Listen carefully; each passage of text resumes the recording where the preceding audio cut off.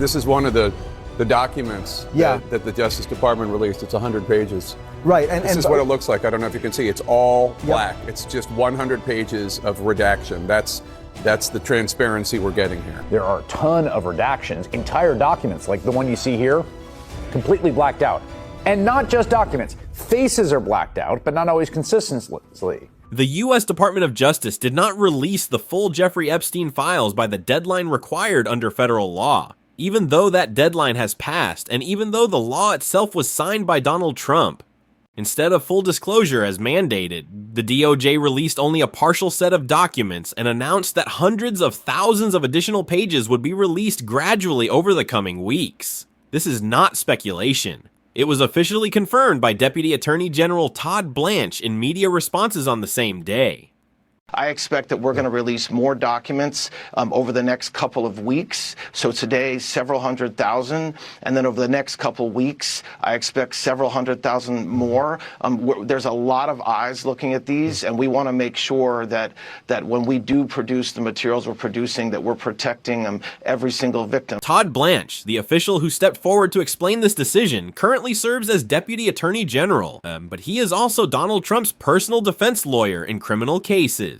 That detail immediately became the focus of criticism, because Trump is one of the figures whose name has appeared for years in the social context and documentation surrounding Epstein. While there has been no legal ruling finding Trump guilty in the Epstein case, Blanche's overlapping roles have created a clear political and ethical conflict of interest.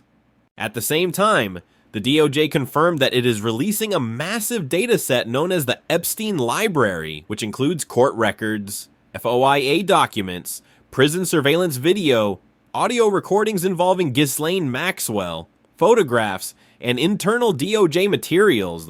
U.S. media confirmed that most of the material released in the first tranche consists of content that had already surfaced in scattered form over the years, now consolidated into a single repository.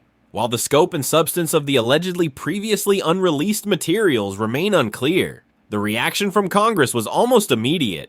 Members of the House Oversight Committee warned that failure to comply with the statutory deadline could lead to legal action, including the possibility of taking the DOJ to court. Notably, the pressure did not come only from Democrats. Within the Republican Party and among Trump's own supporters, particularly within the MAGA base, frustration has been growing.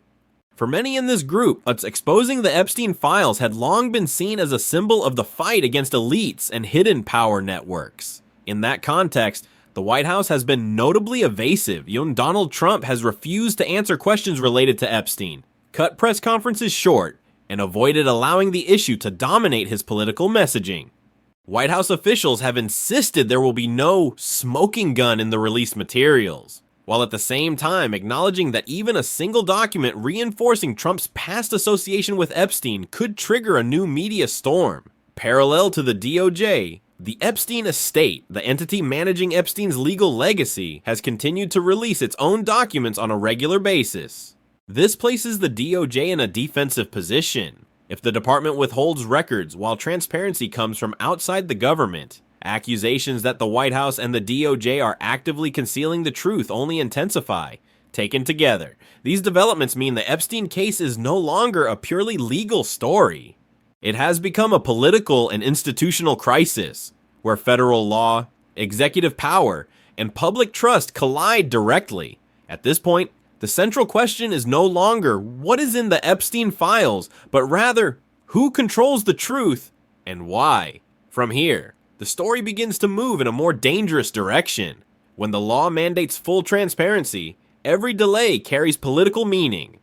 And when the person responsible for explaining that delay is also serving as the president's personal legal defender, suspicion ceases to be an emotional reaction and becomes an inevitable consequence. Once the news cycle door has been forced open, the next question is no longer whether the DOJ will release the Epstein files, but what exactly it is releasing, and more importantly, what it is holding back. At this point, the Epstein Library starts to emerge as a political concept more than a legal one. According to official descriptions, the archive includes multiple categories: court filings, FOIA released documents, surveillance footage from Epstein's incarceration, recordings of Ghislaine Maxwell's interactions with judicial authorities, and a large volume of internal DOJ materials. On paper, this appears to be a sweeping disclosure, sufficient to create the impression that the administration has thrown the doors wide open. But when legal teams and media organizations began reviewing the release, a different reality quickly became clear. Much of what appeared on day one was not new. These documents had already surfaced in fragments through court proceedings, past FOA requests, or partial disclosures over many years. What was new was not the content, but the presentation, bundling everything into a massive database that creates an overwhelming impression of transparency. This is a familiar political tactic. Release a great deal in order to obscure the fact that the release is incomplete when the public is overwhelmed by volume.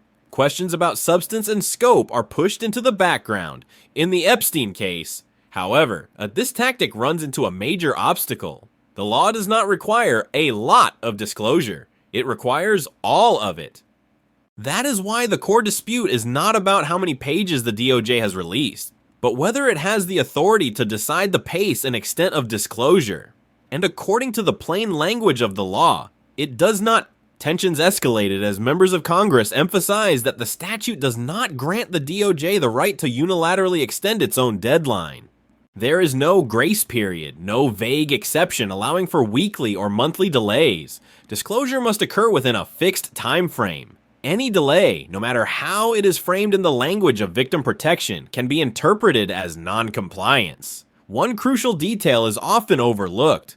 The law already accounts for victims. It allows for redaction of identities and sensitive information. What it does not allow is withholding the entire body of records. In other words, the law requires disclosure of content, not disclosure of names. Conflating the two is precisely what has led to accusations that the DOJ is deliberately blurring the issue. As time passes, that ambiguity takes on an increasingly political character.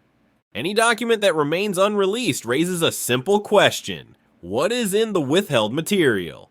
And who would be affected if it were made public? For Donald Trump, the risk does not necessarily lie in a legal smoking gun. The greater danger is that the documents could reinforce a narrative he has long sought to avoid, that he had a social relationship with Epstein over an extended period. No, within the same elite ecosystem where political, financial, and entertainment power intersect. In modern politics, image can be more damaging than a verdict. A document that proves no crime can still be harmful if it undermines claims of no connection. That is why controlling the pace of disclosure becomes a form of political defense. The White House understands this well. That is why Trump's response has not been a direct counterattack, but avoidance.